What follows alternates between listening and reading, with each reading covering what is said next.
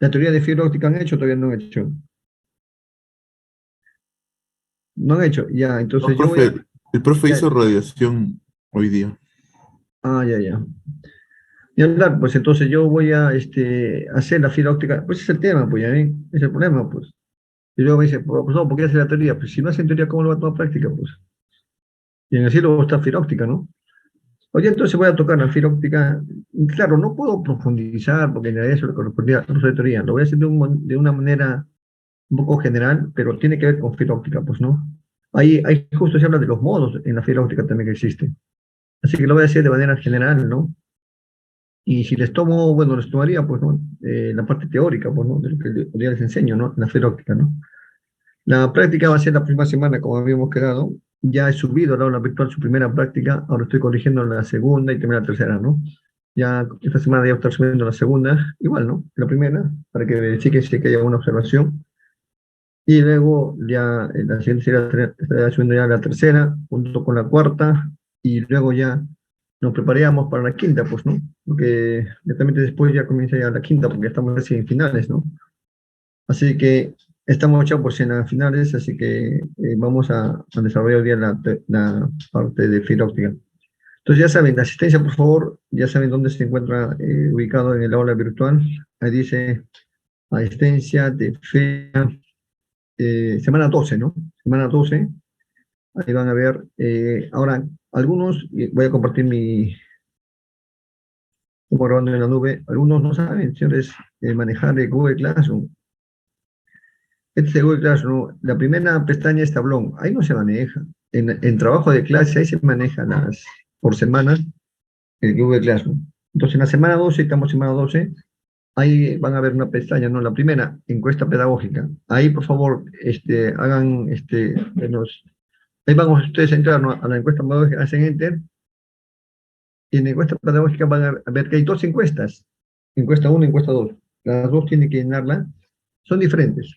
Entonces, y me dicen que para que puedan ellos procesarlo, tienen que llenar todas las preguntas, ¿no? Son sobre pedagogía, ¿no? Hábitos de estudio, estas partes. Bien, y eso luego me van a hacer llegar su informe, ¿no? Y luego acá está la seminario de fibrática que yo voy a hacer. Y la asistencia, a continuación viene, ¿no? Asistencia de fecha, hoy estamos 9 de julio, ¿no? ¿Está correcto? Sí, 9 de julio. Bien, entonces en la asistencia, ahorita me falta agregar el formulario, que ahorita mismo lo estoy llenando y les comparto ahí, ¿no? Un momento, por favor, estoy llenando el tema del formulario de asistencia para que llenen la asistencia del día de hoy, ¿no? Ahorita lo lleno y lo subo ahí, ¿no?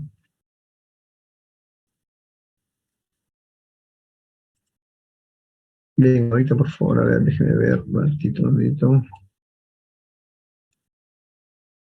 Google Drive. Y la clase de fecha hoy día, sí, es 2020. Pues acá estamos entrando a electromagnetismo. Ya estamos de verano, ya estamos ya casi entrando al último mes, pues, ¿no? De clases, ¿no? Así que ya estamos todos entregando nuestras notas. Y yo tengo para calificar dos notas más.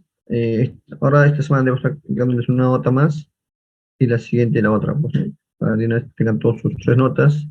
Y luego la cuarta también, ¿no? Para realmente entregarle la tercera y cuarta y ya, pues, ¿no? Para estar listo para la quinta. Ya estamos 9 de julio. Pues ya estoy completando el formulario de asistencia, ahora lo van a llenar. Mientras tanto, vayan llenando la encuesta, que le dije que está en la semana 12. Ahí dice encuesta, hay dos encuestas. Llenen las dos, por favor, ¿ya?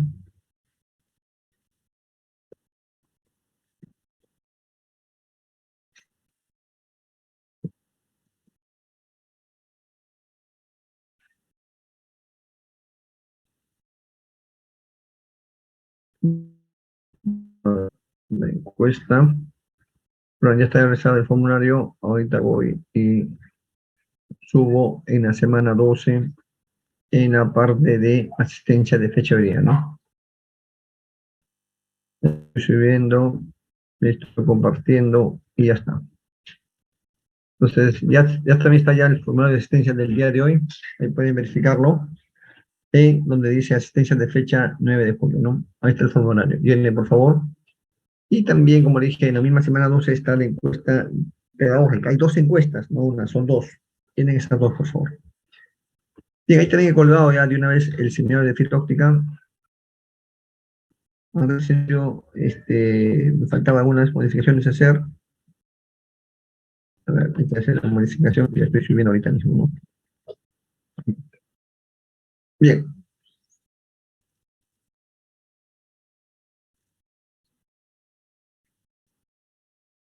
a ver,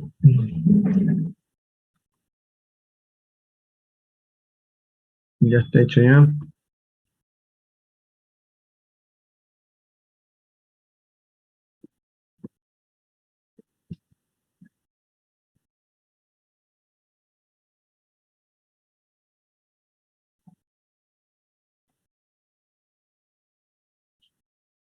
Entonces, ya está subiendo. Ahí subo. Ya está ya. Ahora sí. Entonces, ya está ya.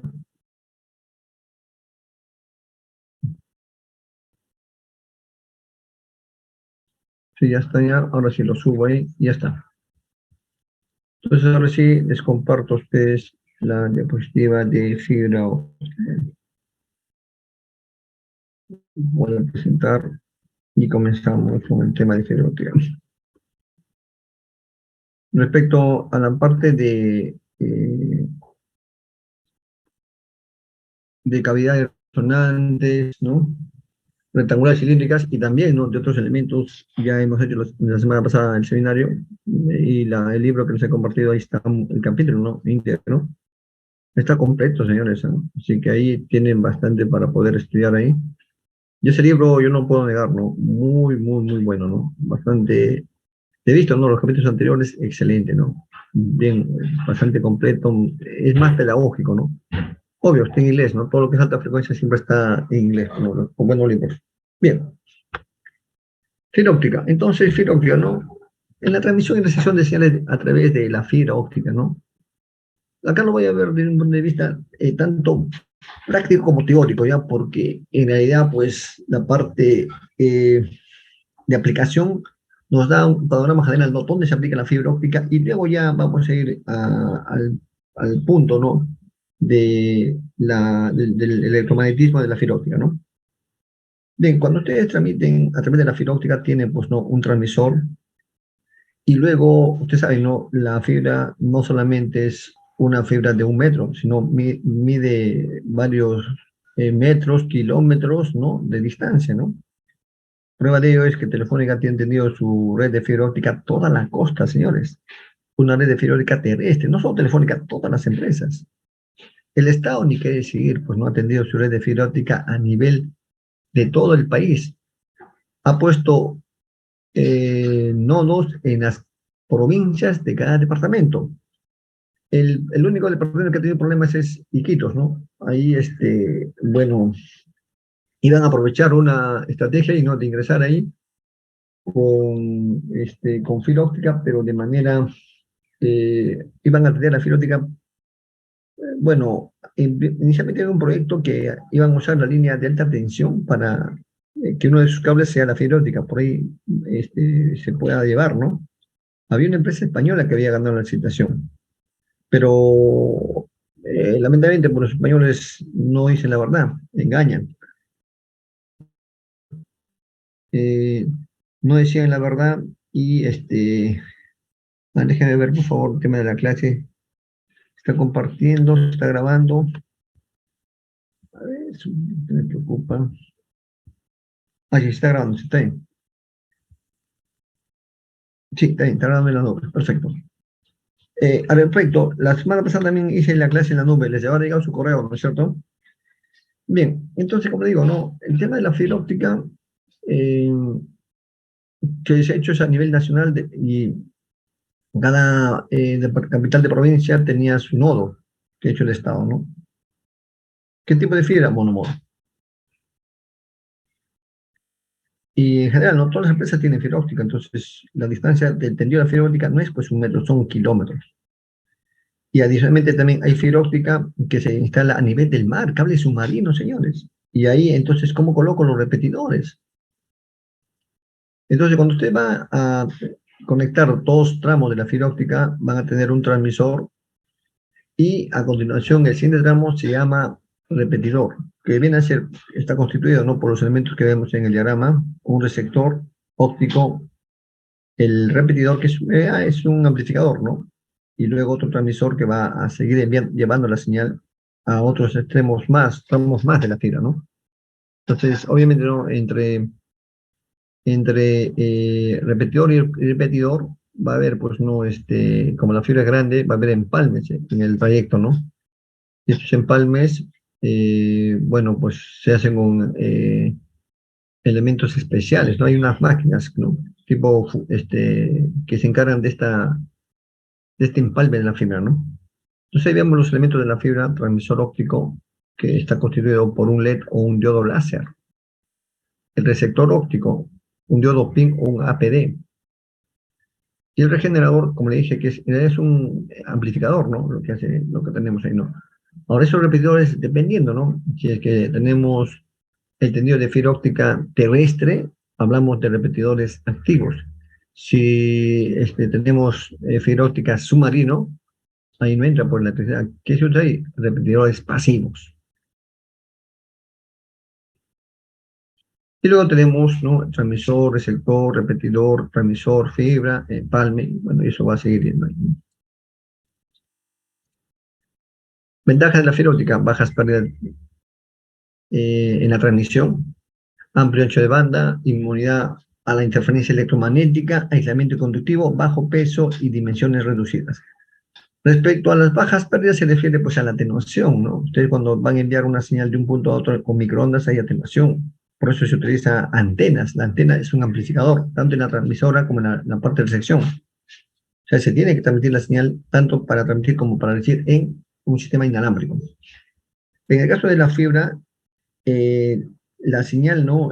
Como ustedes han visto en el gráfico anterior, eh, se transmite y luego, después de un tramo, se vuelve a repetir, es decir, a amplificar la señal que estaba atenuándose. Entonces, del primer transmisor, que también corresponde a otro, podría estar también introducido dentro de otro repetidor, ¿no? Podría ser. Y el siguiente repetidor, ya pues, se hace cálculo para que la atenuación también no sea mucha, ¿no? Bien, entonces la idea es eso, ¿no? De que la atenuación de la señal sea mínima, ¿no? Amplio ancho de banda. Este aspecto es algo que obviamente ya sabemos y que es fundamental, ¿no?, para las comunicaciones de la señal, ¿no?, de datos o telefonía, ¿no? Inmunidad a la interferencia electromagnética. Y esto siempre se puede validar por el hecho siguiente, ¿no? Nosotros, me acuerdo que fuimos a hacer una visita con egresados, bueno, con estudiantes de la facultad hace un par de años. Nos fuimos me acuerdo, aquí al geofísico que está por la carretera central, ¿no? Ustedes ahí habrán visto, ¿no?, que el geofísico tiene instalado un radar. Ese radar es para monitorear la ionosfera. El instituto es el Instituto Geofísico del Perú, pues, ¿no? Entonces ahí tienen ellos un lugar para poder monitorear, ¿no?, lo que es la ionosfera, como el tema del calentamiento, ¿se acuerdan? Entonces ahí, interesante esta visita, y entre muchas cosas, obviamente, ¿no?, se conoció, ¿no?, uno de los ambientes de geofísico,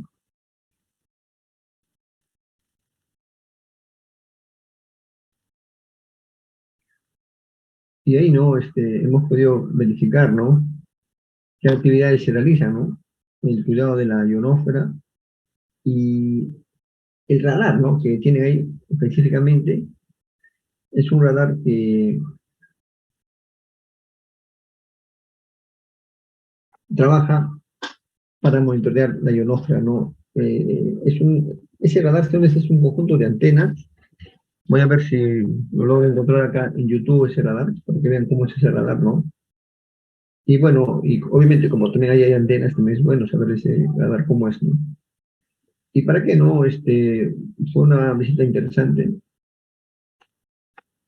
pero lo más importante fue ver, ¿no? ¿Para qué están utilizando, ¿no? Esa instalación y qué cosa es, cómo ellos monitorean y qué instituciones participan, ¿no? No solamente está participando el Perú, ¿no? Sino hay varias instituciones que tienen que ver con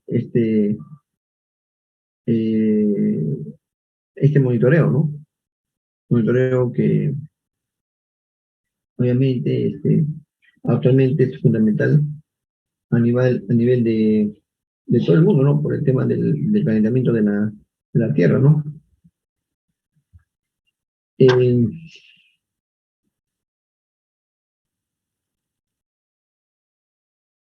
Bien, entonces voy a tratar de conseguir pues, ¿no? las antenas del Instituto Geofísico que hemos ido a verificar, ¿no? Con sus compañeros de la UTIPLE hace un par de años, ¿no? Una visita técnica que hicimos y fue interesante, ¿no? Conocer de cerca el radar, ¿no? Y cómo llevan la información desde ese centro de monitoreo hasta el geofísico que tiene otro local en La Molina. A eso también nos llamó la atención, ¿no? Lo llevan, señores, a través de fibra óptica, señores. Ellos han instalado la fibra óptica que va desde ese, desde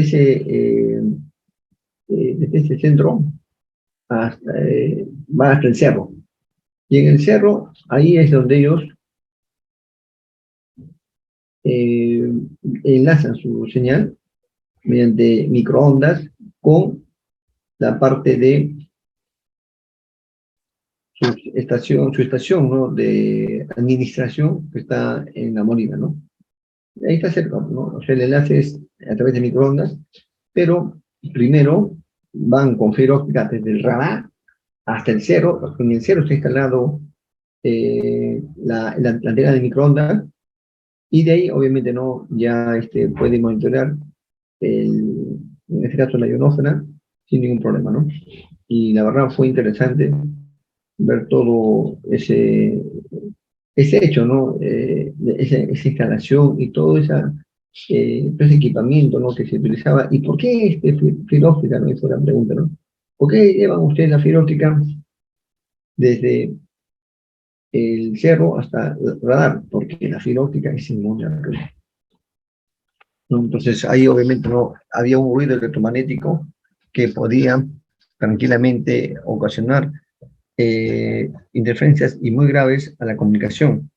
Entonces, ¿quién era inmune a estas interferencias electromagnéticas? La fibra óptica. Justo ahí se veía esa aplicación directa que aquí estuvo mostrando inmunidad a las interferencias electromagnéticas. Que ¿de dónde viene?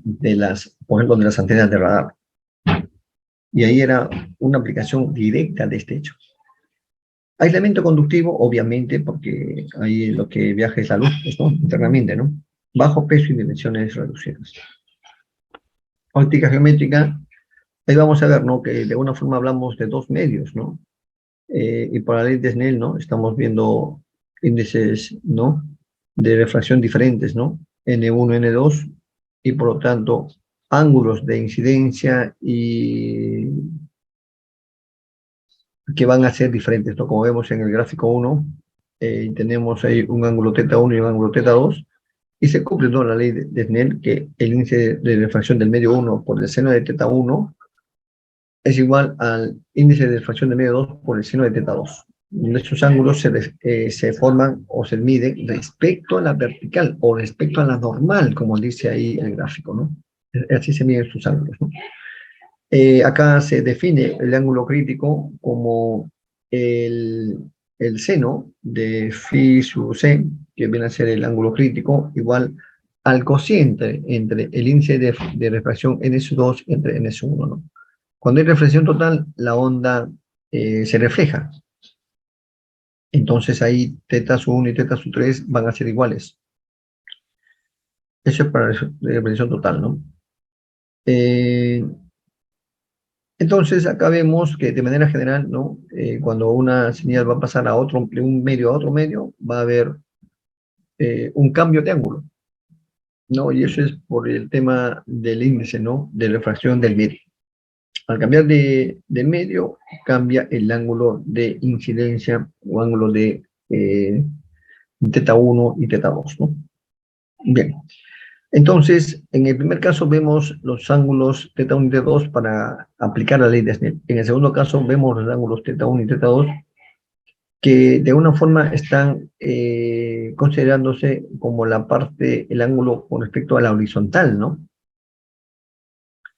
Pero si eso respecto a la horizontal, no es que sea horizontal, sino ahí se está viendo desde un punto de vista que los índices o los medios de incidencia están en ambientes verticales, no horizontales. En la primera figura, los índices de refracción son ambientes horizontales, N2 y N1. En cambio, en la última figura, los ambientes están de manera vertical, no horizontal, sino vertical. En el primer caso es horizontal, en el último caso es vertical.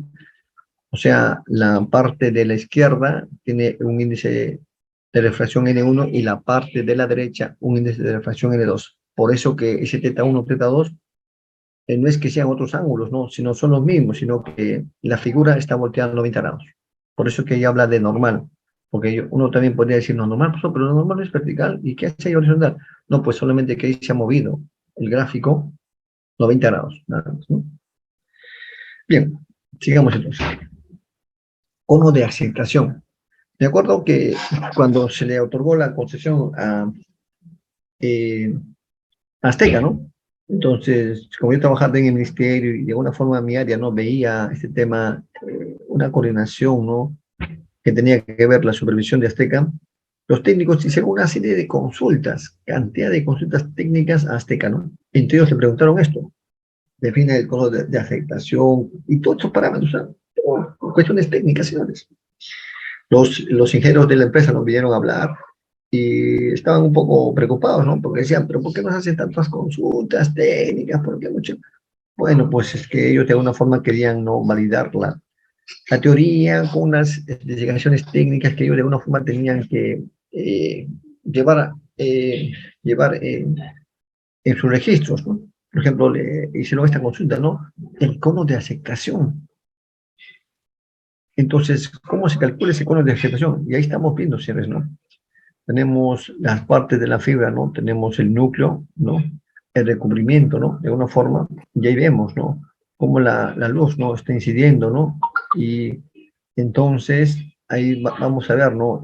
Medios diferentes, ¿no? Un índice de refracción N2 en la parte del recubrimiento y un índice de refracción N1 en la parte del núcleo, ¿no? Entonces, ahí podemos observar, ¿no? Cuáles vienen a ser teta 1, teta 2, donde ahí vemos, ¿no? Que también hablamos de un medio de índice de refracción N0, ¿no? Miren, N0 está en esa parte externa, ¿no? Y en cambio en la parte interna tenemos N1 y N2, ¿no? Entonces ahí vemos diferentes índices de refracción que estamos viendo, ¿no? Parecido al caso anterior, ¿no? Parecido al caso anterior, ¿no? Gabe, los índices de refracción eran también no solamente dos, pero acá sí vemos hasta tres, ¿no? Bien. Entonces, teta 1, estamos viendo, viene a ser 90 grados menos phi. ¿Pero qué viene a ser phi? Lo que hemos visto anteriormente, phi, ahí está, ¿ve? Es el ángulo crítico, ¿no? Entonces, ahí vemos, ¿no? Podemos considerar teta 1 cuánto es 90 grados menos phi. Por lo tanto, teta 0 sería, pues, el seno de teta 0 viene a ser el cociente entre n1 y n0 por el coseno de phi. El coseno de, hemos visto, del ángulo crítico, ¿no? Ahí está. El teta máximo, señores, que puede tomar ahí es el valor de n1 entre n0 por el coseno de, justamente, hemos visto, del el phi sub c que está ahí, el ángulo crítico. El phi sub c, el phi solo simplemente es un ángulo cualquiera, pero el phi sub c es el ángulo crítico. Entonces, el seno de teta máximo es la relación entre N1 y N0 por el coseno de phi sub 0. El teta su cero máximo también, ¿no? Estamos viendo el cero máximo, ¿verdad? Es el arco seno de la raíz cuadrada de la diferencia al cuadrado de los índices interno y externo entre el índice de refracción N0. Y fíjense, ese N0, ¿qué cosa viene a ser? Viene a ser el aire, ¿no? Viene a ser el aire, mientras que el N1 ya es la parte del núcleo de la fibra y el N2 la parte del recubrimiento de la fibra, ¿no? Entonces, allá vemos, ¿no? ¿Qué cosa es N1, N2 y N0, ¿no? La parte del aire, ¿no? Entonces, el cono de aceptación, ahí está dado, ¿ve? El cono de aceptación está referido, ¿a quién? Al teta su cero máximo. O sea, ese es arco seno de la raíz cuadrada de N1 cuadrado menos N2 al cuadrado entre N0. Ahí está, señores, el cono de aceptación que preguntaron a la gente de Azteca, ¿no? Que entonces estaba administrando la red de fibra óptica del Estado, ¿no? Que ahora, a propósito de ese tema, ahora ha pasado a Pronatel. Pronatel ahora está administrando esta red de fibra óptica del país, ¿no? Yo soy de la idea que debería seguir funcionando por el Estado, estaría bien, administrada por el Estado, y aparte también, señores, deberíamos tener fibra óptica. Yo soy de eso, ¿ah? Toda la frontera del país. Colombia, su plan de tendido de fibra óptica, ellos empezaron con la frontera y de ahí siguieron hacia adentro. Acá empezamos con ramales. Se conectó todas las capitales de provincias de cada departamento, todo con fibra óptica, excepto la parte de Iquitos, como digo, que ahí se está viendo la forma cómo llegar, ¿no? Pero el tema de la licitación que ganó una empresa española de tendido de poste de alta tensión para llevar energía de Yurimaguas hasta Iquitos, cayó, porque ellos, los españoles, dijeron que, a pesar que habían ganado la licitación, ¿eh? Dijeron que no, ya no piensan seguir en esa inversión. Y fíjense, ¿perjudica a quién? Se perjudica el país, señores. Entonces, ¿para qué se presentan si no van a finalmente a invertir? Es como un pedo del ordenado, ¿no? No avanzan y no dejan avanzar. El país necesita ese tendido de la línea de alta tensión y por ahí la fibra óptica, y nosotros, miren, no, ya no vamos a hacer nada, pero para montarlos y nunca más dejarlo participar en ninguna licitación del país. Y creo que luego han vuelto a hacer otra licitación, no sé cómo habrá quedado, supongo que habrán ganado, no sé, ya desconozco, ¿no? Pero sería bueno, ¿no? Aprovechar esto y por ahí mandar fibra óptica, porque ahí como llegan a Iquitos con satélite. Y también estaban llegando con sistemas de microondas, pero microondas es otra cosa, pues una cosa es microondas, otra cosa es fibra óptica. En fibra óptica, vamos, como hemos visto, ¿no? Ancho de banda grande, altísimo ancho de banda. Bien, entonces sigamos. Bueno, entonces ahí tenemos el gráfico, ¿no? De la sección inicial de la fibra, el cono de aceptación y algunos conceptos más, ¿no? La definición de ángulo crítico. Ya hemos visto cómo se define el ángulo crítico, el cociente entre los índices del recubrimiento y el índice del núcleo, ¿no? Ese cociente, ¿no? Y el triángulo, ¿no? El triángulo, ahí se va a formar un triángulo de alguna forma que se va a considerar un triángulo ficticio, ¿no? Considerando que N1 no es mayor que N2, entonces N1 vendría a ser la hipotenusa de un triángulo ficticio y N2 el cateto. Por lo tanto, otro de los lados, ya conocemos Pitágoras, la raíz cuadrada de, de N1 al cuadrado menos N2 al cuadrado. Entonces, el seno de ángulo crítico, fíjese, ahí estamos viendo a qué es igual, ¿no? El ángulo crítico es igual a N2 entre N1, ¿no? Y ya habíamos definido el ángulo crítico en el gráfico anterior, y acá también se vuelve a indicar lo mismo, ¿no? En el gráfico anterior, el ángulo crítico, fíjese qué cosa era, ¿ve? Mire, ahí está phi sub c, ¿ve? Y acá también se vuelve el phi sub c el mismo, ¿no? Sigue siendo en el punto B, ven ahí dos veces phi, ¿no? Claro, porque ya hemos visto que ese phi, pues, por ser reflexión, es el mismo. Entonces ahí ven el phi sub c, donde se va a formar el ángulo crítico, ¿no? La reflexión. Bien, entonces el seno es eso de ahí, el coseno, bueno, por trigonometría va a ser la raíz cuadrada de el cateto entre la hipotenusa y es la raíz cuadrada de n1 al cuadrado menos n2 al cuadrado entre n. Entonces ustedes ya conocen trigonometría, pues, ¿no? Entonces el triángulo ficticio que representa la relación entre índices de refracción y ángulo crítico, estamos viendo, etc. Bien, sigamos. Entonces el seno, ya hemos definido en el caso anterior, el seno, entonces, eso es en función del ángulo crítico, pero también podemos hallar ese seno en función del cono de aceptación, de su ángulo del cono de aceptación. Y ahí está. El seno del cono de aceptación, ahí está, raíz cuadrada de 1 al cuadrado menos n2 al cuadrado entre n0. Pero eso de ahí, allá, pero es entre n0, cuidado.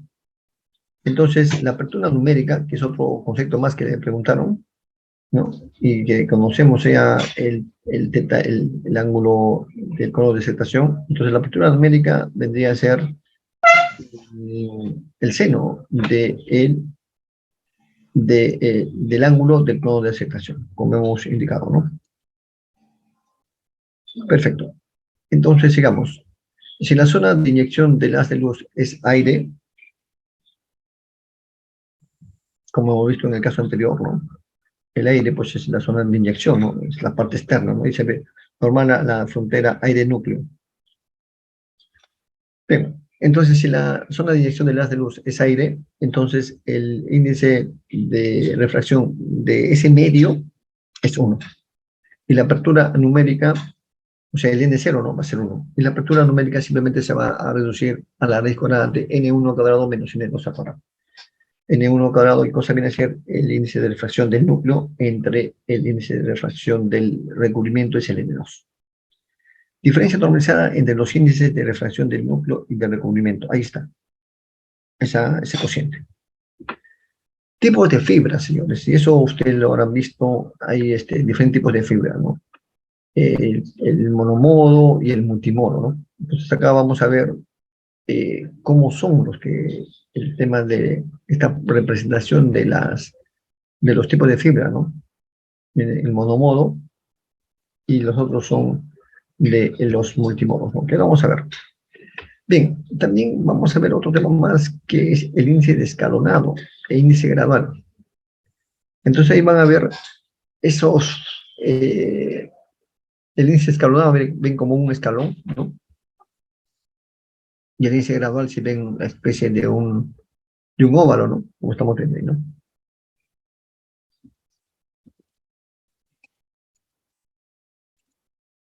Bien, punto de vista óptico. Modos de propagación, señores. Acá están los modos de propagación que habíamos hablado, ¿no? Y aquí van a ver nuestros modos de propagación que de una forma se forman, ¿no? Al transmitir con la fibra óptica, ¿no?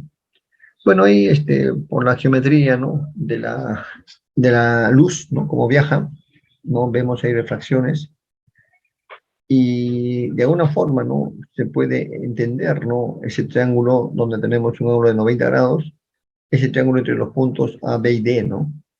Uno de los lados va a ser n lambda, n es entero positivo, y ahí vemos que n lambda va a cumplir la relación de igual a AB por el coseno de 2 phi.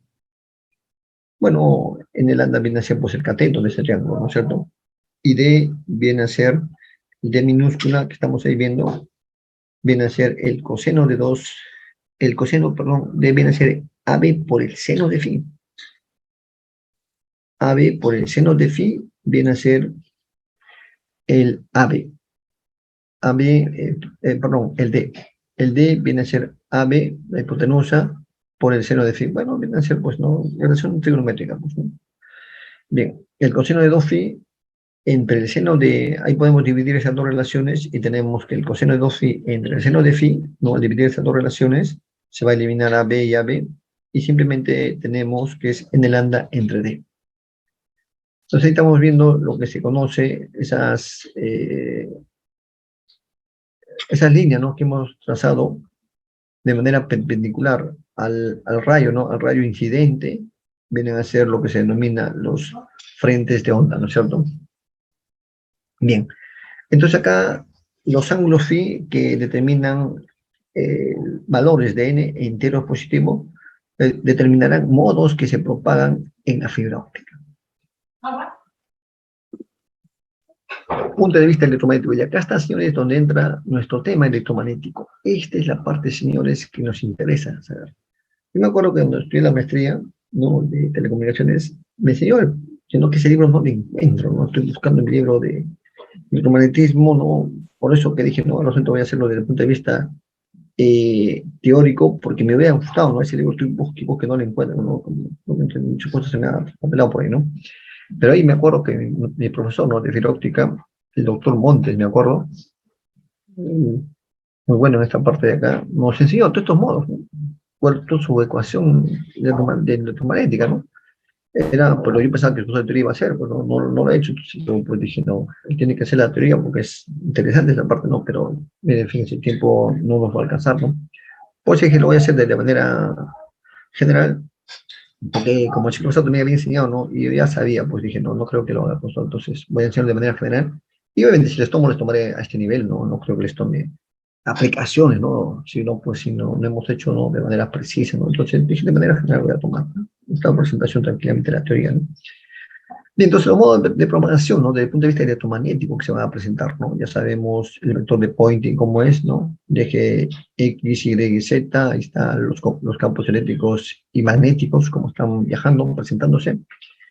Entonces, en la fibra óptica van a ver, ¿no? Para los modos diferentes, ¿no? El modo híbrido, HE11, van a estar presentes los campos transversal y SUZ, que están viendo.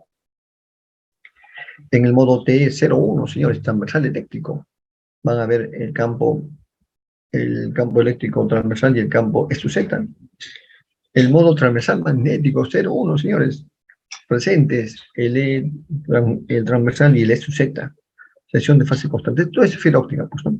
Entonces, ¿cómo van a tener esa forma, ¿no? Ahí están viendo la forma de estos modos, como de esa forma, ¿no? Generan la excitación de esos modos, ¿no? La propagación de los campos eléctricos y magnéticos.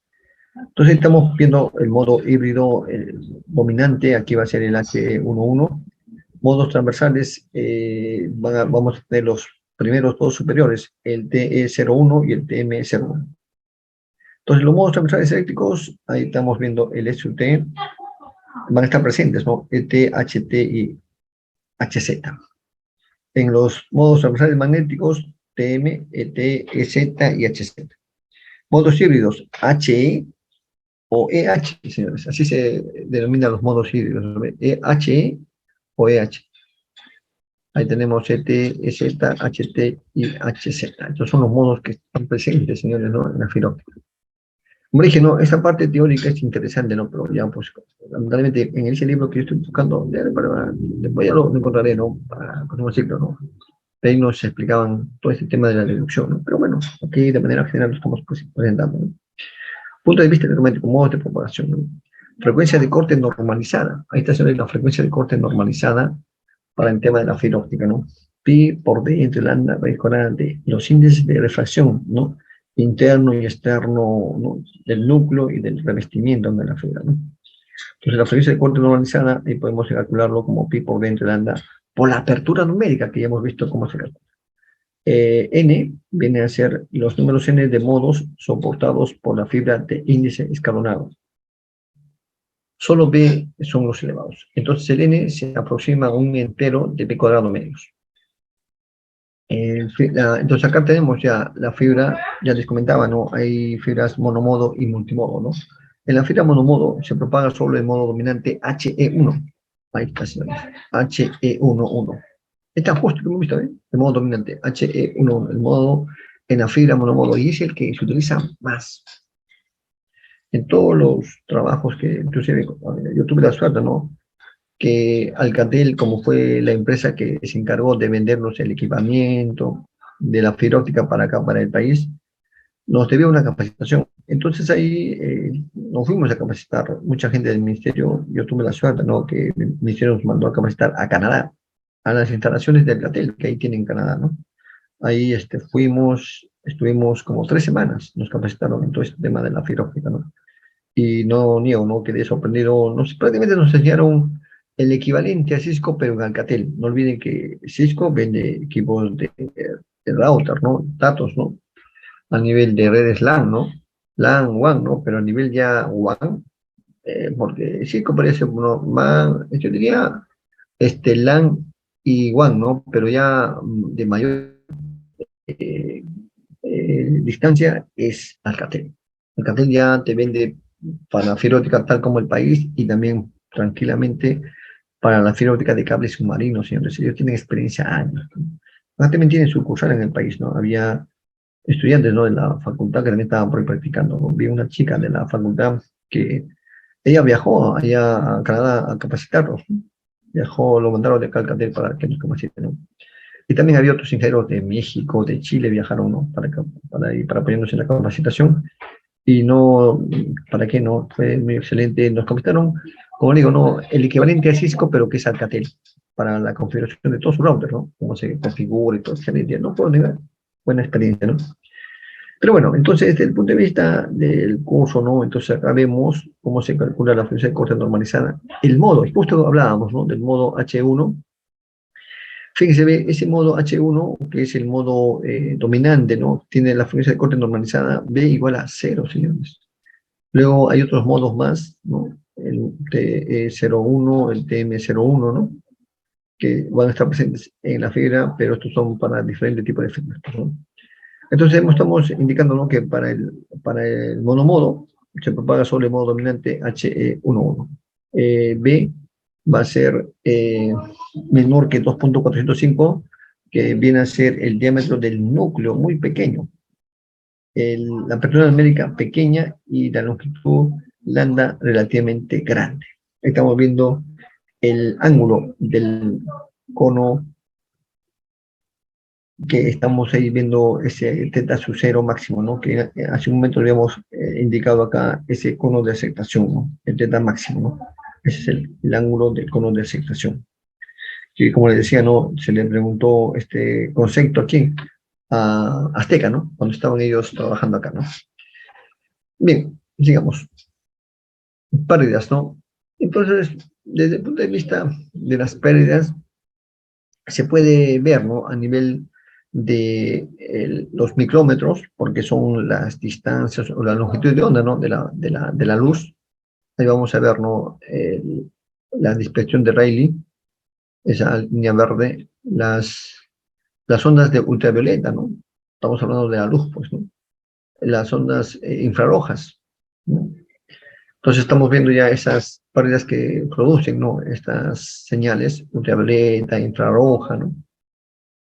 Y algunas resonancias que pueden estar en el medio, ¿no? O sea, vemos la absorción infrarroja, la absorción ultravioleta, la dispersión de Rayleigh, absorción iónica, modos dispersos, acoplamiento modal y las curvaturas que pueden presentarse, ¿no? Cuando uno está usando la fibra óptica, ¿no? Fíjense, esta atenuación está expresada en decibelios por kilómetros. Entonces, depende, ¿no? Si tenemos una fibra, ¿no? Que presenta una atenuación, ¿no? De 1 decibelio por 1 kilómetro, entonces hay que ver, ¿no? Si tiene 10 kilómetros, ¿no? ¿Cuánto sería la atenuación que va a soportar, ¿no?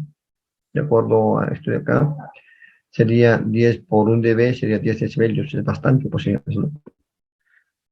El espectro de atenuación, ¿no? Y acá, señores, vemos las ventanas de la fibra.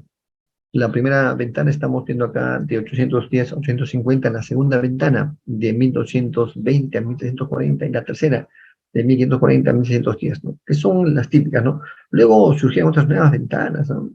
Me acuerdo, creo que escuché por ahí, o vi un libro, hablaba de quinta ventana, ¿no? Creo que más por ahí estaban investigando, ¿no? Pero estas eran las que siempre nos enseñaban típicamente, ¿no? Ahí estamos viendo la longitud de onda, que está en micrómetros. Esto es de la luz, pues, ¿no? Y la atenuación, ¿no? Eso es de la primera ventana, segunda, tercera ventana, ¿no? Acá estamos viendo ya la dispersión intermodal, ¿no? Estamos viendo cómo es, ¿no? Eh, cómo se viene a presentar, ¿no? Eh, sus modos, ¿no? Cómo están presentados, no sé, los modos. Tienen esa forma rectangular o esa forma media multinivel, ¿no? Que vemos, ¿no? Y el otro es el tau, ¿no?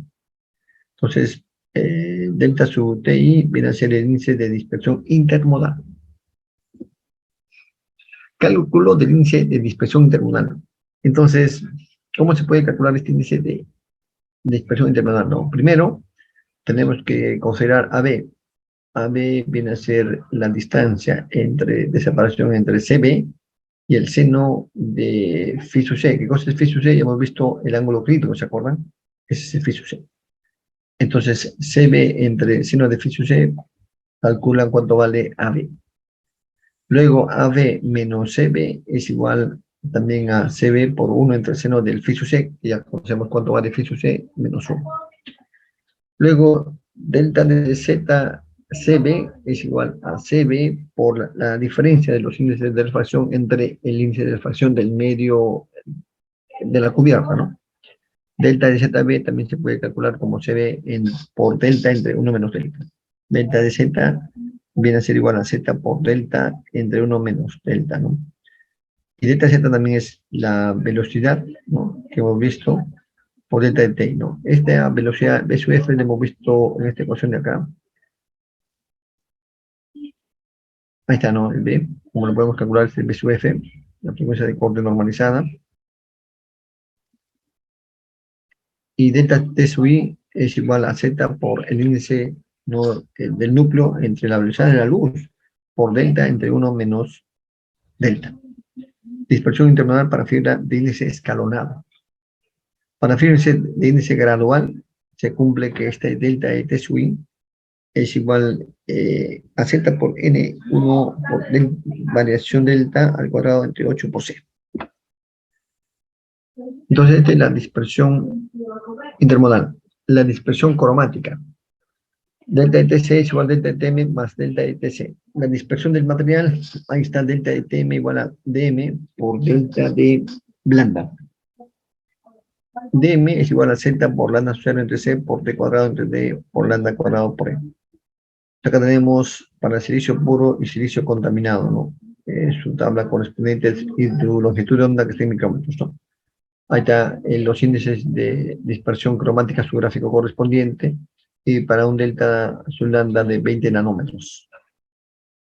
La dispersión de guía de onda. Para cualquier modo, las velocidades de las componentes frecuenciales en una guía circular dependen del cociente de D entre lambda, en donde D es el diámetro del núcleo. Cualquier variación de lambda, por el hecho que la fuente no es perfectamente monocromática, produce una variación de estas velocidades y por ende dispersión.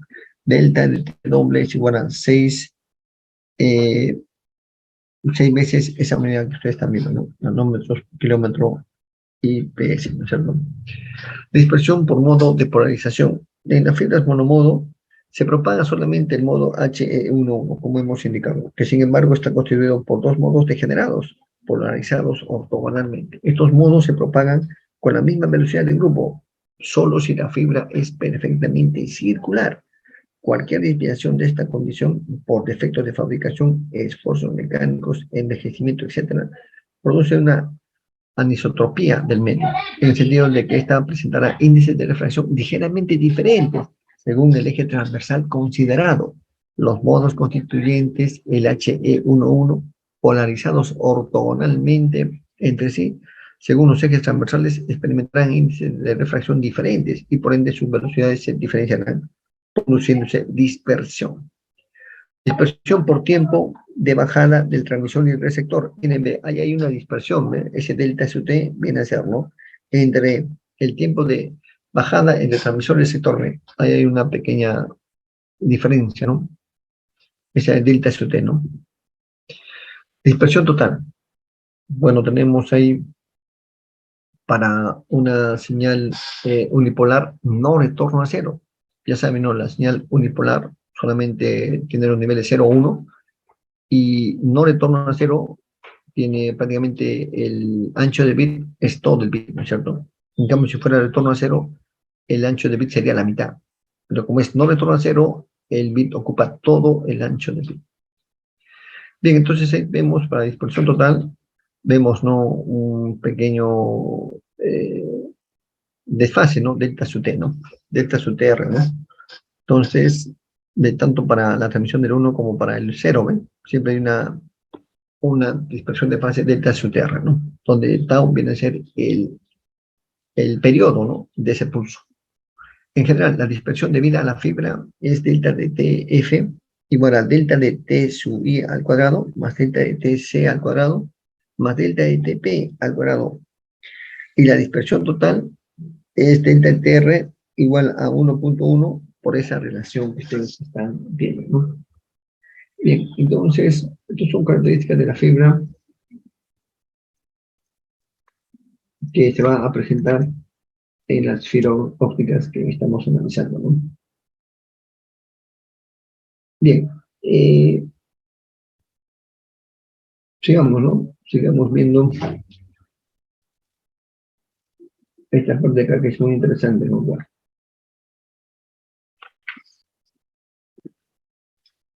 máxima dispersión permitida,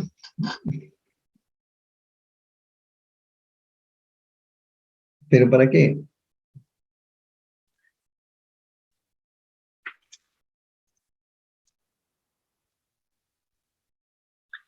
A un 70% de tau.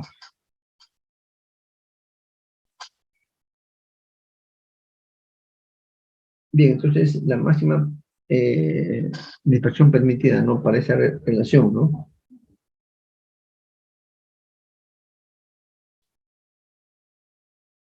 Bien, tenemos entonces, otra vez, para la señal unipolar, no retorno a cero. Entonces, el delta TR máximo es igual a 0.7 tiempo de bit. El tiempo de bit es igual al ancho del pulso. Entonces, 0.7 T sub B viene a ser esa máxima dispersión permitida, ¿ve? Delta de TR, ¿no? Entonces, delta de TR viene también a ser, se puede también calcular como 0.7 entre D. Y B máximo es 0.7 por delta de TR, ¿no? Para el caso de una señal unipolar, retorno a cero, tal como les comentaba, el retorno a cero es la mitad del bit. Ahí está, ¿ve? El retorno a cero, la mitad del bit es el ancho del pulso. Y por lo tanto, también, ¿no? La señal de la luz no dispersada se va a atenuar, ¿no? Y va a haber siempre una parte que se atenúa, ¿no? Delta de TR máximo, que va a ser igual a delta 0.7 TB medios, ¿no? Entonces, para ese caso, el delta de TR máximo se reduce a la mitad, 0.35 entre B, y el B máximo a 0.35 entre delta T. Bien. Velocidad de transmisión por distancias, ¿no? Es una constante que se considera un factor de mérito de la fibra. Entonces, aquí está para la señal retorno a cero, es 0.35 entre delta de TF por un kilómetro. Y para la señal no retorno a cero, 0.70 entre delta de TF por un kilómetro. Diseño de un enlace típico de fibra óptica, ¿no? ¿Cuál es la máxima longitud Z del enlace? La limitación puede depender de las pérdidas o de la dispersión del pulso. Código retorno a cero. Entonces acá tenemos un tendido de fibra entre dos puntos. Tenemos el transmisor, tenemos el receptor, tenemos el empalme y ya hemos visto, ¿no? Entre el empalme, entre Maxi Peer, cuando queremos conectar dos fibras, cuya longitud obviamente no se ha terminado, entonces quiero conectar esta fibra, quiero que sigan, ¿no? Su trayecto, entonces ahí utilizo un empalme, pues, y conecto las dos fibras. Entonces, pero como les comentaba, ¿no? Como el trayecto es grande, se utilizan repetidores. Entonces, ese transmisor puede estar dentro de otro repetidor o simplemente puede ser el primer transmisor que está generando la señal para toda la fibra que va así, ¿no? Entonces, esta se va a llevar a través de repetidores cada cierto tramo, ¿no? Entonces, dice, ¿cuál es la máxima longitud Z del enlace? La limitación puede depender de las pérdidas o de la dispersión del pulso, código de automación. Balance de pérdidas, acá está, ¿ven? Entonces, vamos a ver el balance de pérdidas para este enlace, ¿no? Tenemos una potencia inicial de 0 dB, una potencia APD, ¿no? Acá vamos a ver nuestro enlace igual a menos 37 dB. Bien, una ganancia. Entonces, tenemos una ganancia de 30 dB y luego tenemos una potencia, ¿no? Óptica de 0,6,35 dB. Un empalme que va a producir una pérdida de 0,1 decibelio. y tenemos un factor de atenuación de 0,2 decibelios por kilómetro, el margen 6 decibelios. Entonces, la fibra está disponible en rieles de 1 kilómetro. Ahí está, señores. Eso era otro de los problemas, ¿no? Y la fibra, ¿cómo viene, no? Ahí está disponible en rieles de 1 kilómetro. Si llamamos el número de empalmes necesarios que viene a coincidir con los kilómetros, es decir, Z, tenemos, y acá está señores, la ecuación, ¿ves? Entre la potencia del transmisor APD, justo los transmisores, han dicho, cuando empezamos el tema de la fibra, ¿no? Acá hemos visto dentro de los transmisores de fibra, tenemos diodo láser, acá está, ¿ven? Un diodo láser, ¿no? Es los transmisores diodo láser o diodo LED. Dentro de los receptores tenemos diodo PIN o diodo APD. Eso es el receptor, diodo APD. Entonces acá estamos viendo ese receptor APD. Ahí está, el diodo APD, ¿ve? Potencia en el diodo APD, o sea, en el receptor, ¿cuánto va a llegar? En los 37 dB. Bien, entonces, potencia del APD más el margen, estamos viendo en la parte de resección, ¿no? Potencia del APD más el margen, eso va a estar en la parte de resección. ¿Va a ser igual a qué? A la potencia del diodo láser, LD es diodo láser, es el del transmisor, pues, el transmisor diodo láser, menos 2 veces la POP, viene a ser la pérdida óptica del enlace de fibra óptica, como está viajando. Entonces, más o menos yo le podría graficar así, ¿no? A ver, vamos a ver, vamos a intentar graficar esta ecuación, ¿ya? Para entender esto, qué es lo que estamos viendo, ¿no? Acá tenemos un transmisor, ¿no? Un transmisor, pero ¿qué tipo de transmisor láser?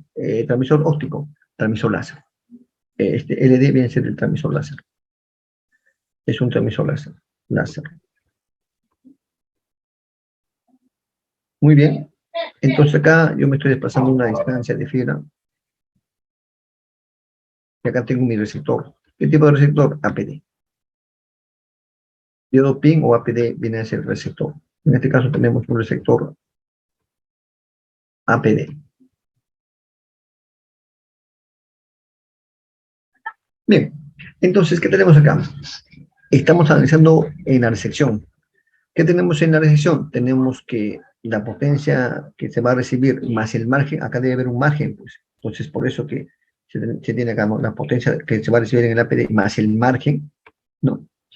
Va a ser igual a la potencia del diodo láser que se ha transmitido, menos esta pérdida.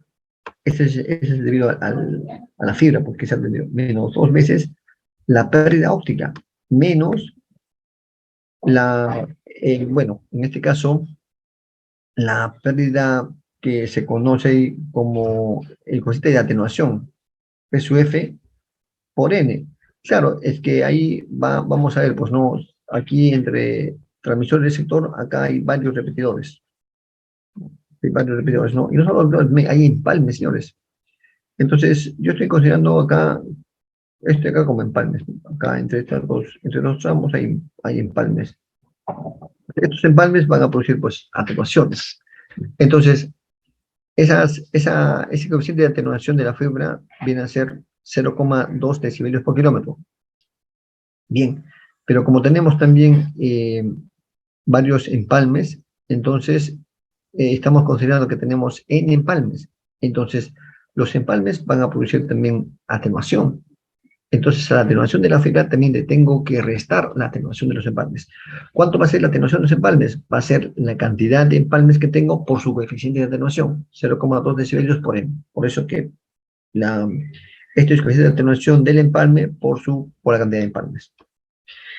Menos, y acá tenemos otra atenuación más debido al mismo hecho del empalme, ¿no? Lo que pasa es que cuando ustedes van a hacer los empalmes con fibra óptica, los empalmes con fibra óptica se utilizan unos equipos que los que hemos llevado cursos de fibra óptica. Entonces, esto acá se junta, ¿no? Al juntarse, acá hay unas máquinas especiales, tipo compresoras, que ayudan a estos empalmes, ¿no? Entonces, estos equipos, acá ahí mete dentro de este equipo la fibra y se juntan. Y ahí sí, entonces, esos equipos de todas maneras, como están empalmados, siempre va a haber una pérdida también adicional. Por eso que acá se está también considerando la pérdida de sus empalmes. Los empalmes que nos dan cuánto es la pérdida de la atenuación. ¿Ve? La atenuación ocasionada por empalmes. ¿Ve? ¿Cuánto es la atenuación ocasionada por empalmes? 0,1 decibelios. Pero esa es la atenuación de un empalme. Pero acá, ¿cuántos empalmes tengo? N. Por eso que dice la atenuación del empalme por la cantidad de empalmes. Obviamente, ¿no?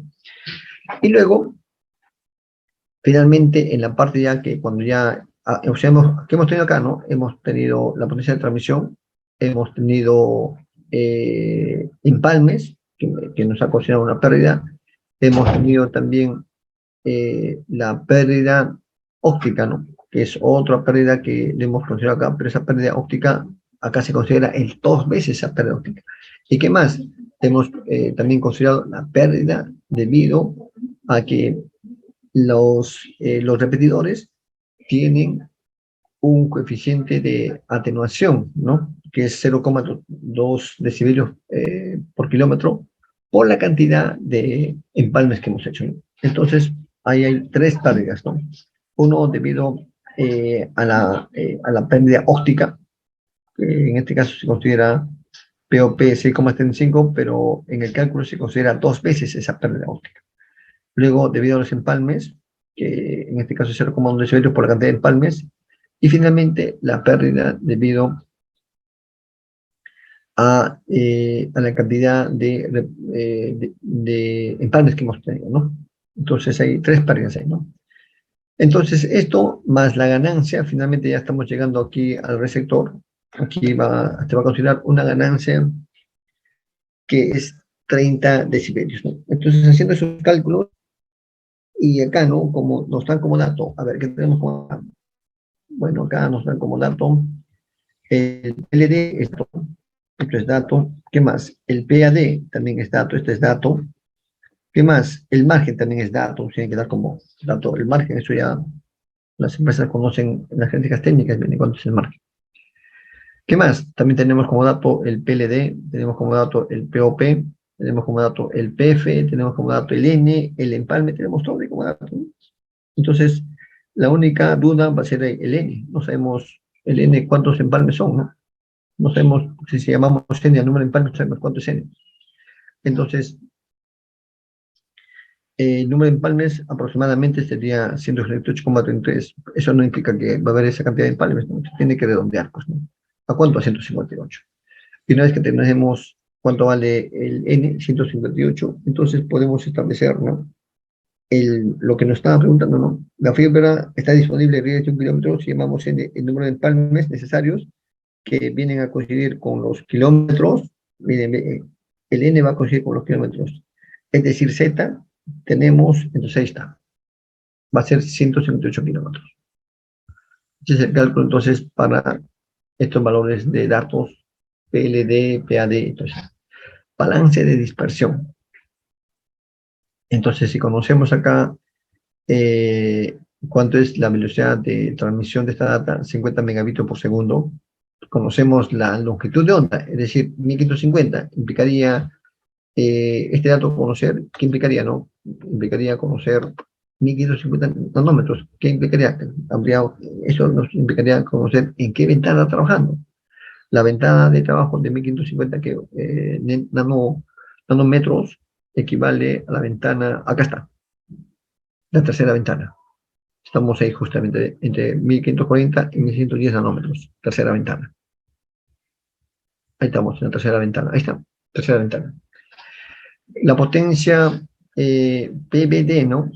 Que en este caso es 5 gigabitios por segundo por kilómetro. El tau del transmisor, 200 picosegundos, ¿no? Ah, ya, ese es tau, pues tau está, el delay que existe, ¿no? El P es picosegundos, 200 picosegundos, claro, porque son pequeñísimos. La longitud de onda de la luz, pues, ¿no? El tau del receptor, ¿no? El tau del transmisor, tau del receptor, 300 picosegundos. Entonces, delta del tau su R es 0,35 entre B. Y como ves dato, ahí tenemos cuánto vale el delta su R, el delta TF 0,35 entre PBD Ahí está, 0,07 nanosegundos por kilómetro. Por lo tanto, el Z, ¿no? Va a ser igual a delta de TR al cuadrado entre 1,1 cuadrado menos T sub R al cuadrado menos TR sub E, como es dato, todo eso ahí, y es aproximadamente 151,43 kilómetros. Desde el punto de vista de pérdidas, desde el punto de vista de dispersión, ¿no? Entonces sale casi por ahí aproximadamente sus cálculos, ¿no? Bien, el tema de la multiplicación. Otros aspectos más que se presenta a nivel de transmisión de la fibra óptica es la multiplicación. Y eso ya se viene presentando en las mismas comunicaciones, ¿no? El formato de multiplicación TDM, multiplicación por división de tiempo, el formato de multiplicación por frecuencia FDM, multiplicación por división de frecuencia, y el formato de multiplicación por longitud de onda, el WDM, Wave Division multiplicación por longitud de onda. Entonces acá van a ver, ¿no?, que las señales de luz que tienen diferentes longitudes de onda, la luz color violeta, azul, celeste, amarillo, naranja y rojo, tienen diferentes longitudes de onda. ¿Se puede multiplicar? Sí, a través de un multiplexor PWM. ¿Qué va a hacer ese multiplexor? Lo va a juntar y va a transmitir como si fuera una sola comunicación. Y en la parte de la sección vamos a tener que tener otro de multiplexor para hacer el proceso inverso. Entonces ya en 1980 se hablaba de dos canales y se podía multiplexar en la ventana 1 o ventana 2, ¿no?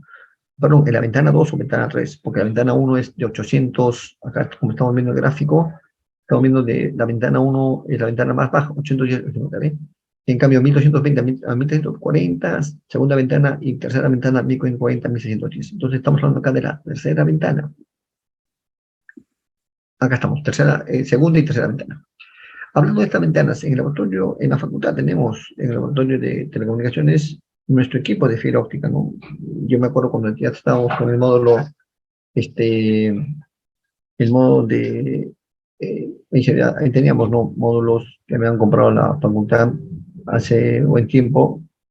Philips era uno de ellos, eso era para microondas, y había otro más, otro módulo, y ahí había, ¿no?, también para fibra óptica, y ahí, señores, se manejaba la ventana 1 de 810, pero esa ventana 1 es teórica, pues, pero ahí ese equipo de fibra óptica del módulo que tenemos ahí en la facultad, que se compró hace un par de 10 años, hace 10 años atrás, tenía para la ventana 1. Una vez inclusive iba a hacer una práctica con unos alumnos de la maestría, pero ahí se quedó, ¿no? Entonces, cuando fui a averiguar, era ventana 1. Dije, pero esto no existe, existe la ventana, bueno, he visto más la 3, ¿no? La 2 también he visto más, la 2, ¿no? Pero la 1 nunca he visto. Bueno, en 1990 ya aparecen, para poder multiplexar de 2 a 8 canales, ventanas, tercera, y el espaciamiento era 400 GHz. Era un WDM, multiplicación por división de longitud de onda, de banda angosta. En 1980 sale de banda ancha y luego banda angosta. En el 1926 ya se puede multiplexar de 16 a 40 canales. Ventana sigue siendo, fíjense, la tercera ventana, espaciamiento de 100 a 200 GHz, y ya se habla de una multiplicación por división de longitud de onda densa, más denso, ¿no? De velocidades de 2,5 a 10 gigabitios por segundo, permiten por el canal. Luego, en el 99 ya se puede multiplicar más canales, 460 canales. Siempre, fíjense, la ventana 3, ¿eh? Espaciamiento de 25 a 50 GHz, y se sigue hablando de una DWDM. Velocidades de 2,5 a 10 gigabitios por segundo por canal. Bueno, últimamente también ya se escuchan, ¿no?, canales, y habría que ver, ¿no? He visto otras ventanas nuevas que hablan de 10 a 40 gigabitios por segundo y de 128 a 256 canales.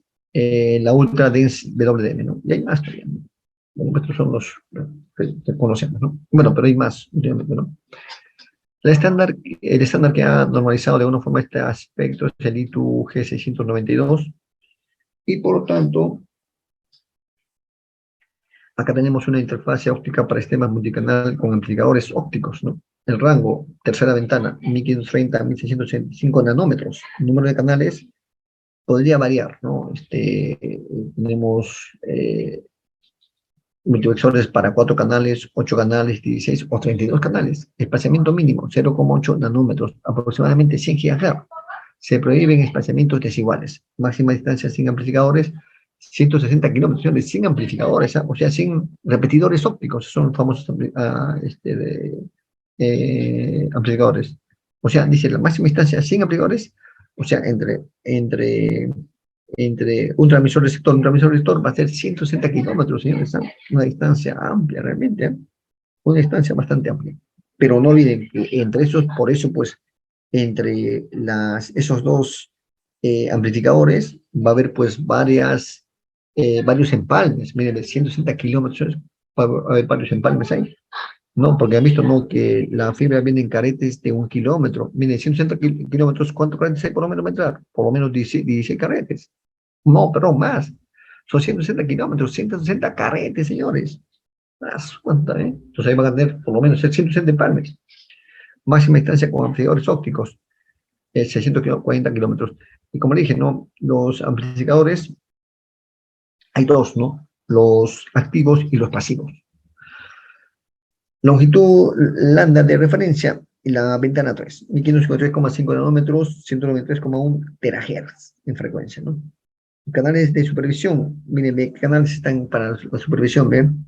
1310, 1480, 1510, 1532 nanómetros. Esos son los canales de supervisión. De tal manera que acá podemos ver una división en longitud de onda de estas frecuencias, ¿no? O de estas longitudes de onda, pues estamos hablando de nanómetros, ¿no? 1530, 1534, 1538, 1542, de 4 en 4, ¿no? Los 32 canales vistos contra el espectro de atenuación de la fibra. Ahí están los 32 canales, ¿ve? Entonces, como si ustedes ven esto esto de acá se puede ver en un equipo que mide la atenuación de la fibra versus su longitud de onda. Esto yo me acuerdo cuando íbamos a ver a Telefónica una inspección, como yo trabajo en el ministerio, he trabajado como 18 años, hice pues muchas inspecciones a las diferentes empresas, diferentes servicios, entre ellos verifiqué, me acuerdo, Telefónica, y otra empresa más, me acuerdo, le verifiqué su red de este tipo, este transmisor. Le dije, a ver, vamos a ver su analizador de atenuación. Me mostraron. Habíamos hecho una prueba que mandaba una señal desde un punto, ¿no? Que estamos verificando, y de vuelta, hasta Tumbes y de vuelta, ¿no? Y vi esta longitud, ¿no? Vi esta ventana, ¿no? Se veía las atenuaciones donde hay, a qué distancia, y este tema de acá, ¿no? Interesante esta parte. Capacidad del sistema. Suponiendo que cada canal transporta 2,5 gigabits por segundo, entonces la fibra en total transporta 2,5 por 32 entre 80 gigabits por segundo. O sea, estamos considerando acá, miren, estos canales de acá, estos 32 canales. Los 32 canales, ahí estamos viendo, ¿ven? Entonces, 80 gigabits por segundo. ¿Cuántas conversaciones telefónicas simultáneas representa semejante velocidad de transmisión? 80 gigabits por segundo. O sea, 80. Sí. En el sistema PCM AT&T D1D de 24 canales se transmiten 8 bits por muestra por canal, constituyéndose un frame de 8 por 24 más 1 bit de identificación de frame, igual a 123 bits por frame. El teorema demostró establece que a un canal telefónico de 4 kHz debe tomársele 8.000 muestras por segundo. Esto significa que cada frame debe repetirse 8.000 veces por segundo, lo cual representa una velocidad de transmisión de 8.000 por 193, 1.544 megabits por segundo. De manera que el sistema maneja 8.000 entre 1,544 megabits por segundo, 5,18 por 4 frames simultáneos, lo cual significa ¿cuántos canales telefónicos simultáneos?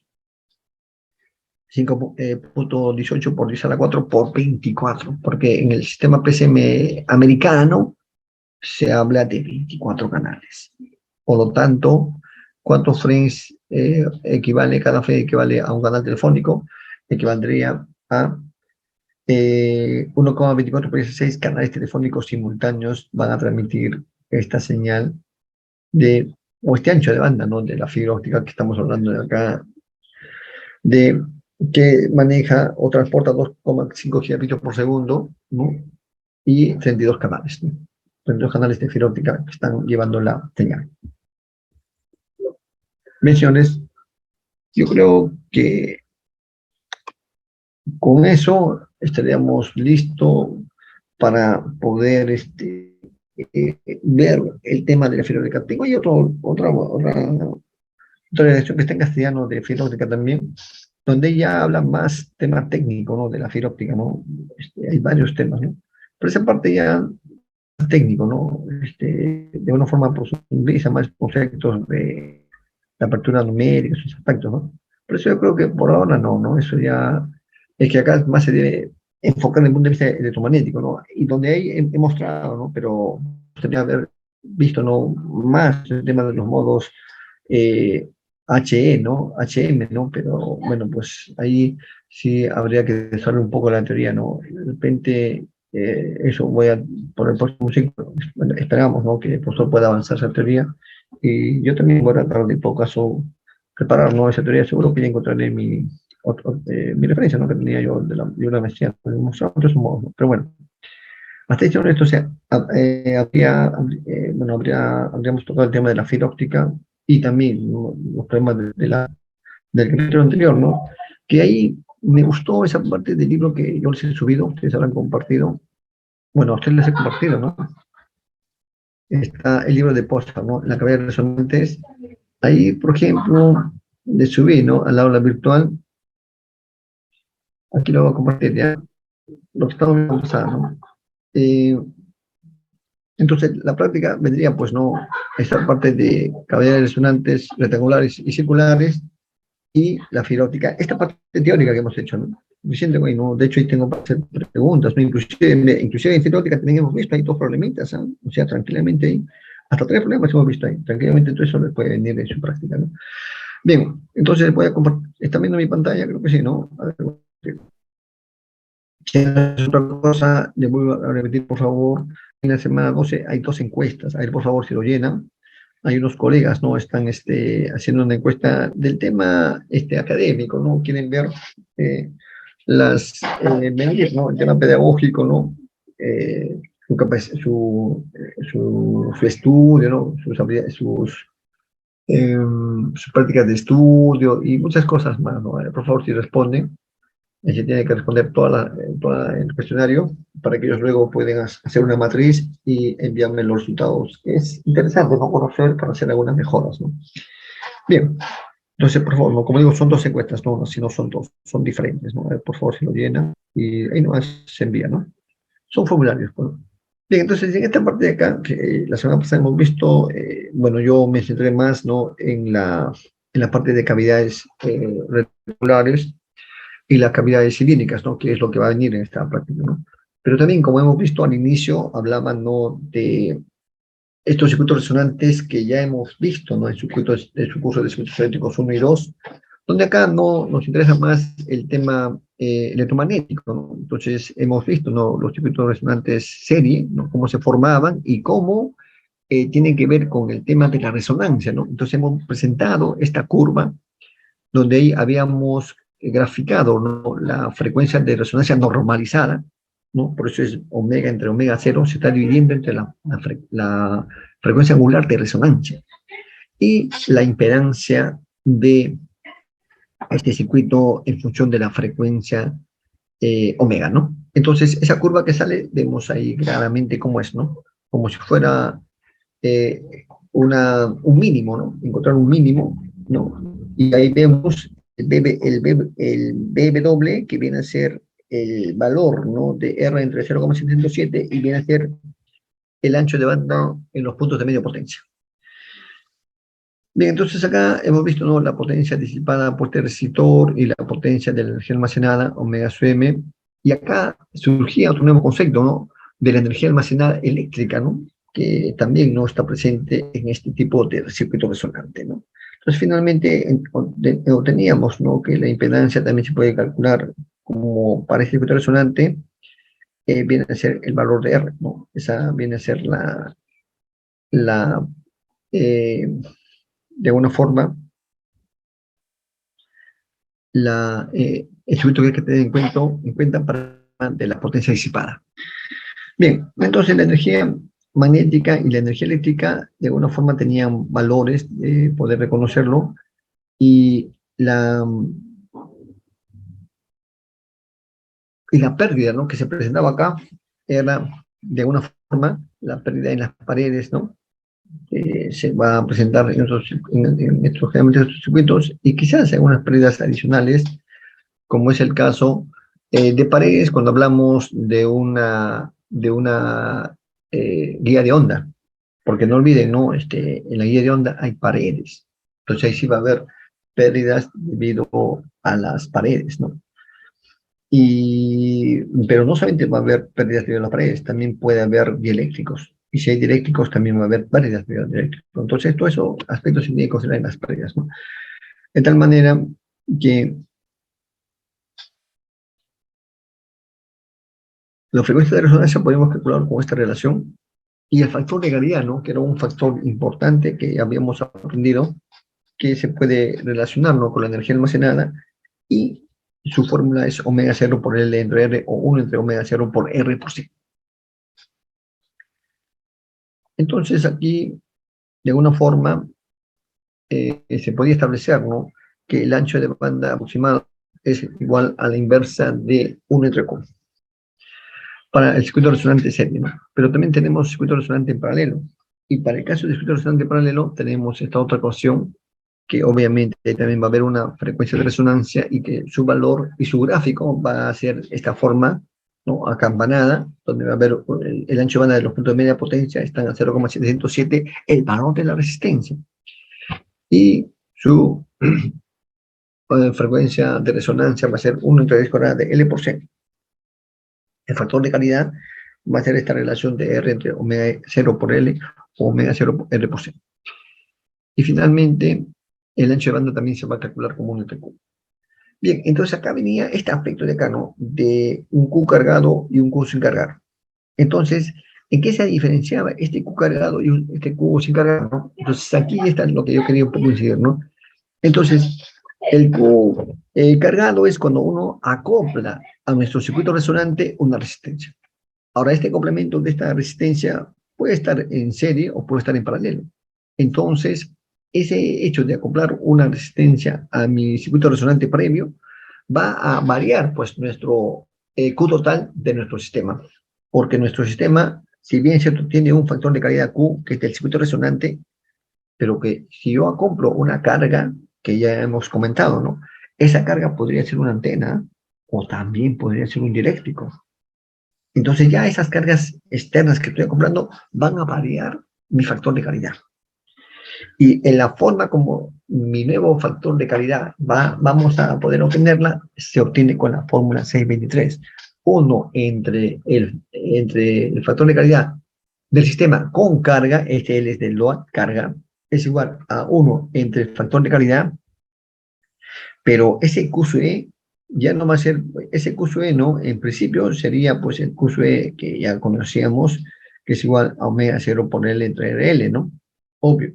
Más 1 entre Q, y el Q ya aquí, este Q, ya va a ser, ¿no?, un factor ya, este Q va a ser el Q, pero con carga.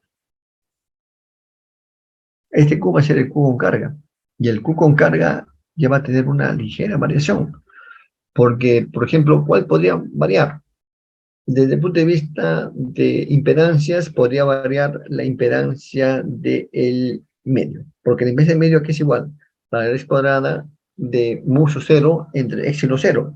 Pero si hay una carga, por ejemplo, si es un dieléctrico, el éxilo es igual a éxilo 1 más j veces éxilo 2.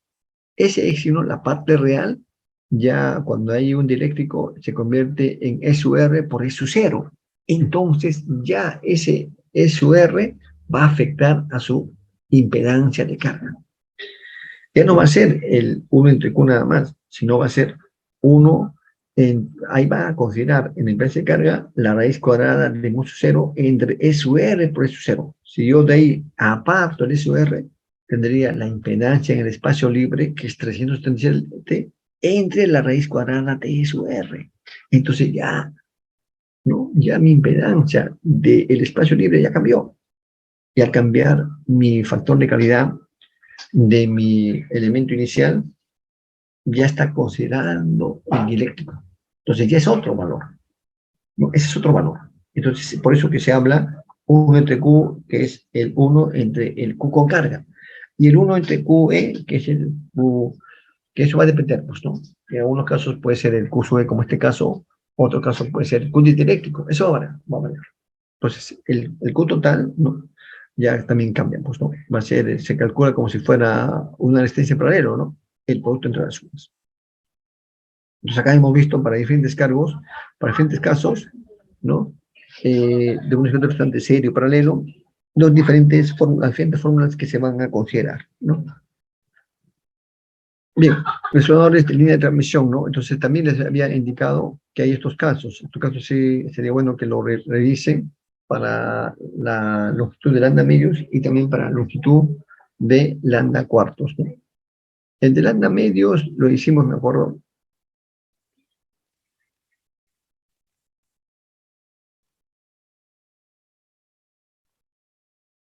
Inclusive que hay un problemita de lambda medios. No, lambda medios, longitud, ese son líneas cortocircuitas de lambda medios. Esa es la longitud de la línea de transmisión, lambda medios. No es lambda cuartos, porque si no lambda cuartos sería transformando en lambda cuartos, ¿no? Y acá también debe presentar, ¿cierto? Son lambda cuartos. A ver, ahí está, ¿ve? Estas son las líneas cortocircuitadas de lambda cuartos. Esta forma de lambda cuartos que ya conocemos, ¿no? Entonces acá, de hecho, se van a cumplir los conceptos que ya conocemos y la impedancia de entrada también, ¿no? Se va a reducir a estos valores de acá, ¿no?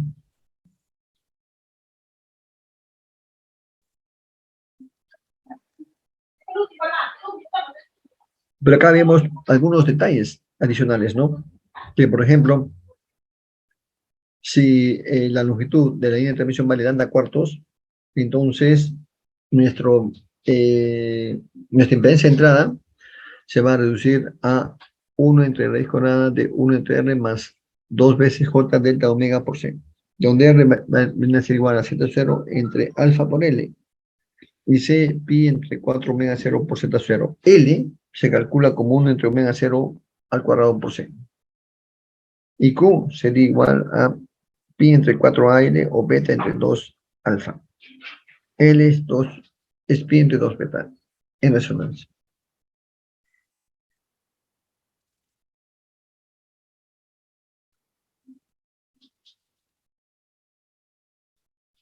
Entonces, acá también hay otro caso más para los circuitos de lambda medios de circuito abierto. Estos circuitos pueden ser, pues, abiertos o cerrados, ¿no? Entonces, ahí también tienen sus valores Q correspondientes, ¿no? Y también se presentan los circuitos resonantes en las líneas de transmisión que son microcintas. Ahí también se presentan estos circuitos resonantes, ¿no? En el caso de las microcintas, tal cual es este ejemplo de acá, acá se considera, ¿no?, un resonador de microcinta construido con una longitud de lambda medios de 50, de un circuito de microcinta de 50 ohmios de impedancia. El sustrato es teflón, 2.08 SUR y la tangente de pérdida 0.004, con una delgadez de 0,159 centímetros. Los conductores son cobres. Calcule la longitud de la línea para la resonancia 5 GHz y el Q del resonador. Ignore los campos en el extremo de la línea.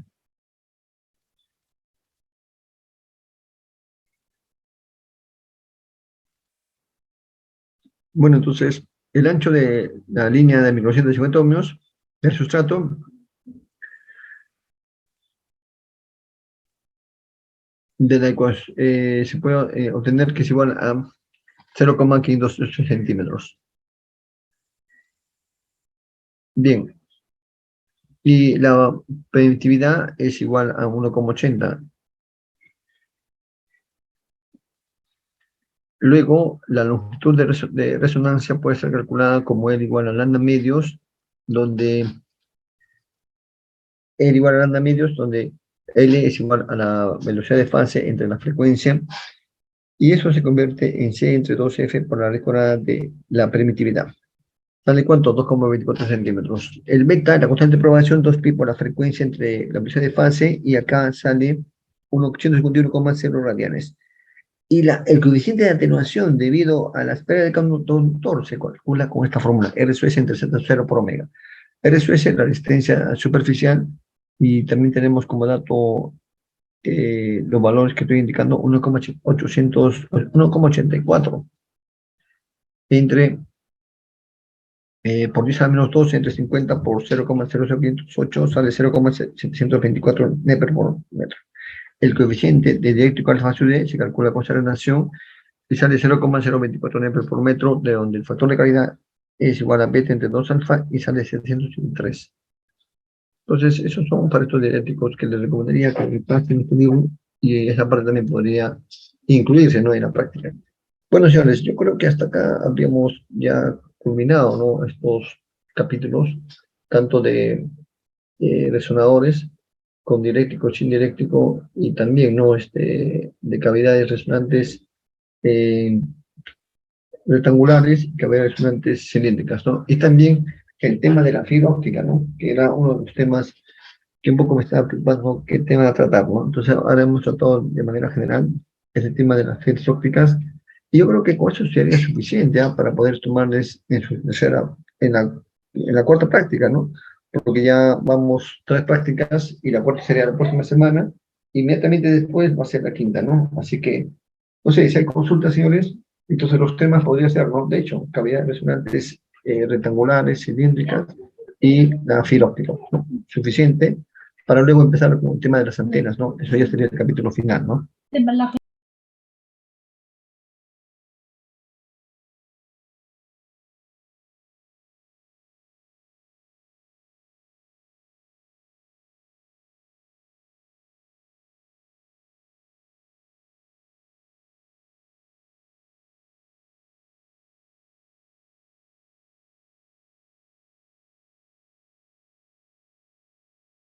Bien, entonces, si no hay consultas, por favor, llenen su asistencia.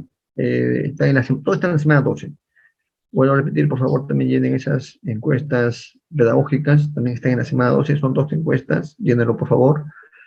Y sus prácticas, la cuarta práctica, ¿no? Sería la próxima semana, ya he subido a la aula virtual y a ORCE, la primera práctica calificada, estoy ahora en la segunda práctica, estoy corrigiéndolo, también ya debo subir, probablemente apenas lo subo, lo voy a decir.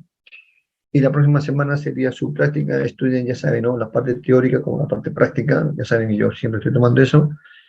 Y bueno, traten de entrar a la práctica, pues la próxima semana a tiempo, para que no haya ningún problema, ¿no? No sé si hay alguna consulta, señores. Los temas ya saben, lo que les he dicho. Fibra óptica incluye lo que hemos hecho, obviamente, y también la parte de resonadores, cavidades resonantes rectangulares, cilíndricas, y también, ¿no?, de sus circuitos RLC que hemos visto, ¿no?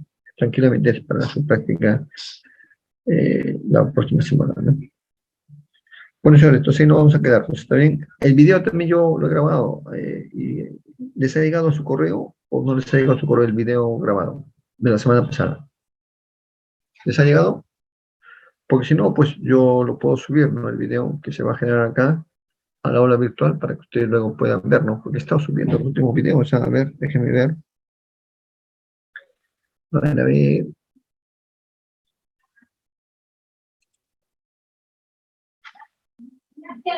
Sí, ahí está. Grabación de clase 2 de julio, caballeros resonantes. Sí, está. Entonces ahora también voy a subir el video de esta clase para que ustedes puedan revisar si quieren, ¿no? ¿Qué opciones?